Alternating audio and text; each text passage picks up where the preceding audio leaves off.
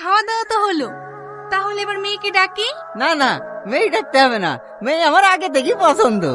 আপনাদের কোনো আপত্তি নাই তো? না না বাপ, আপত্তি থাকবে কেনে?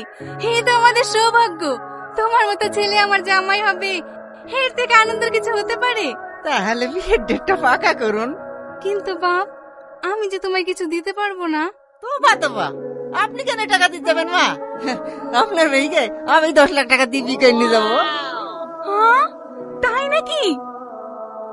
শুধু তাই না, জামার সোনার দোকান আছে, মনের মতন ভালোভাবে গয়না পড়তে পাবেন। আমি সবই জানি ভাই, এর জন্যই তো এই ছেলের সাথে মেয়ের বিয়ে দিতে চাই। তুমি চাইলে তো হবে না, এই বড় লোককে আমি বিয়ে করবো না। এই বুড়ি চুপ কর, ওর কথায় কিছু মনে করো না বাপ, ছেলে মানুষ তো।